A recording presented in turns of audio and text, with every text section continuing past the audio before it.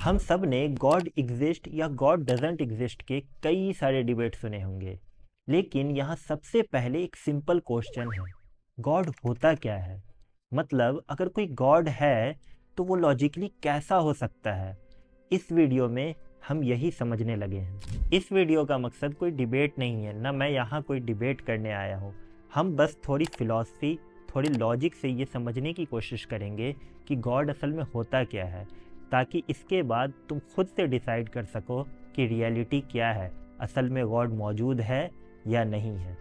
तो इसके लिए ये समझना ज़रूरी है कि गॉड असल में होता क्या है। और हाँ, मैं इस वीडियो में ओमनीपोटेंट, कंटेंजेंसी, इन्फिनाइट रेग्रेस, मेटाफिज़िक्स जैसे कीवर्ड इस्तेमाल नहीं करने वाला। ये वीडियो आसान लफ्ज़ों में होगी ताकि आपको समझने में कोई परेशानी ना हो और ना ही गूगल सर्च करना पड़े।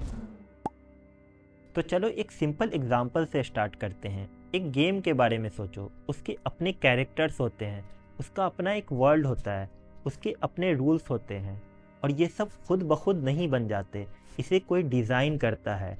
बिना किसी डिज़ाइनर के ये गेम एग्जिस्ट ही नहीं कर सकता। ठीक उसी तरह यूनिवर्स को बनाने के लिए भी एक अल्टीमेट क्रिएटर, एक नेसेसरी बीइंग होना चाहिए। आई होप तुम समझ रहे होगे। अब कुछ लोग कहते हैं यूनिवर्स तो नथिंग से आया है, मतलब ये अपने आप बन गया, इसको किसी ने नहीं बनाया। लेकिन ज़रा सोचो कि एक कार की फैक्ट्री है और वहाँ बनाने वाला कोई नहीं है, उसको ऑपरेट करने वाला कोई नहीं, तो क्या वो कार की फैक्ट्री ऑटोमेटिक कार जनरेट कर सकती है?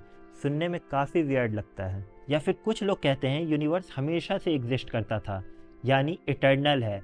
लेकिन अगर टाइम इन्फिनाइट था तो हम अभी यहाँ क्यों मौजूद हैं? हम तो किसी भी वक्त पे हो सकते थे। इससे समझ आता है किसी पॉइंट पर कुछ फिनाइट शुरू होना था, तभी हम सब एग्जिस्ट करते हैं।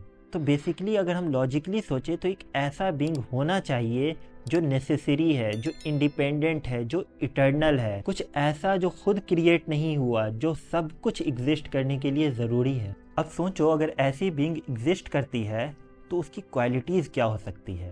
पहली बात, वो ऑल पावरफुल और ऑल नोइंग होगा, मतलब वो सब कुछ जानता होगा। जैसे एक आर्किटेक्चर अपने बिल्डिंग का डिज़ाइन परफेक्टली जानता है, बिना उसके वो बिल्डिंग एग्जिस्ट नहीं कर सकती, ठीक वैसे ही यूनिवर्स को बनाने के लिए एक अल्टीमेट नॉलेज और पावर चाहिए होता है। दूसरी बात, वो कॉन्शियस और इंटेलिजेंट होगा, क्योंकि रैंडम चांस से लाइफ या ऑर्डर क्रिएट नहीं होता। अगर यूनिवर्स सिर्फ चांस से या प्रोबेबिलिटी से हुआ होता तो हम यहाँ बैठकर लॉजिकली सोच नहीं सकते। और तीसरी बात, वो मॉरली परफेक्ट होगा, मतलब जो हम राइट और रॉन्ग कहते हैं उसके लिए भी एक अल्टीमेट सोर्स ज़रूरी है। ठीक उसी तरह जैसे लॉ के लिए लॉ गिवर होता है, मॉरलिटी के लिए भी एक कॉस्मिक सोर्स होना चाहिए। सो यही है लॉजिक से निकल कर आई गॉड की इमेज, कि वो नेसेसरी है, वो इटर्नल है, इंडिपेंडेंट है, कॉन्शियस है, ऑल पावरफुल, ऑल नोइंग, और सबसे इम्पॉर्टेंट मॉरली परफेक्ट है। अब मेरी बातें सुनकर बहुत सारे लोग ऐसे होंगे जिनके दिमाग में काउंटर क्वेश्चन आया होगा, और ये होना ऑब्वियस है। तो चाहे आप मुझसे एग्री कर रहे हो या डिसएग्री कर रहे हो, आप अपने सवाल कमेंट बॉक्स में लिख सकते हो। मैं उन सारे क्वेश्चंस को वन बाय वन अगली वीडियो में आंसर कर दूंगा। अब यहाँ पर कुछ लोग एग्री करेंगे कि चलो मान लिया क्रिएटर होते हैं, पर एक ही क्रिएटर क्यों, मल्टीपल क्रिएटर क्यों नहीं? अब तुम खुद ही सोचो, अगर मल्टीपल गॉड्स होते तो हर एक के अपने पावर्स, अपने विल होते। एक डिसाइड कर रहा होता है एक चीज़ तो दूसरा जस्ट उसके अपोजिट। तो ऐसे में यूनिवर्स में ऑर्डर कैसे आता? बिल्कुल वैसे जैसे एक फुटबॉल मैच में अगर एक टीम में दो कैप्टन हो तो वो उस टीम को दो अलग डायरेक्शन में ले जा सकते हैं, वैसे में गेम कभी स्मूथ नहीं हो सकता। ठीक उसी तरह यूनिवर्स में भी ऑर्डर और हार्मनी मेंटेन नहीं हो पाती।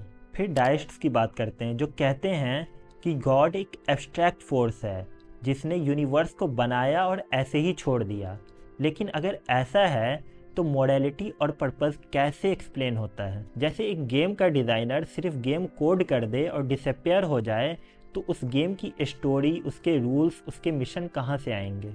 इससे साफ समझ में आता है कि पर्पस और गाइडेंस मिसिंग हो जाएगा। और प्योर एथिज्म वो तो एग्जिस्ट करने का क्वेश्चन ही सॉल्व नहीं करता। सोचो अगर एक एम्प्टी बॉक्स है और तुमसे पूछा जाए कि ये बॉक्स एग्जिस्ट क्यों करता है, और अगर तुम सिर्फ चांस का जवाब दोगे तो लॉजिकली कुछ भी एक्सप्लेन नहीं हो सकता। ये लोग कहते हैं यूनिवर्स, लाइफ, ऑर्डर ये सब रैंडम चांस पे रिलाई करता है, और ये सुनने में लॉजिकली काफ़ी वीक लगता है। तो देखा तुमने, जब हम लॉजिकली और फिलॉसफिकली सोचते हैं तो ये सारे अल्टरनेट व्यूज़ हमें फुल्ली सेटिस्फाई नहीं कर पाते, और इस अप्रोच से हम एक क्लियर पिक्चर बना लेते हैं जो कि गॉड को समझने में हेल्प करती है। और इंटरेस्टिंग बात यह है कि अगर तुम रिलीजियस बुक्स देखो तो कुछ रिलीजन्स के बुक गॉड को इस तरह से डिफाइन करते हैं जो इस लॉजिक को मैच करता है। एक गॉड जो one, eternal, conscious, independent, all knowing, all powerful और मोरली परफेक्ट है, वो जो ऑर्डर और पर्पस का सोर्स है, वो जो लाइफ और मोरालिटी का सोर्स है। अब डिसाइड करना तुम पर है कि कौन सा बिलीफ या रिलीजन इस लॉजिकली डिफाइंड गॉड के ज़्यादा करीब है, क्योंकि फिलॉसफी जो है वो सिर्फ मैप है, फेथ तुम्हारी जर्नी है। सोचना और क्वेश्चन करना फेथ के एनिमीज नहीं है, ये तो अंडरस्टैंडिंग का पाथ है।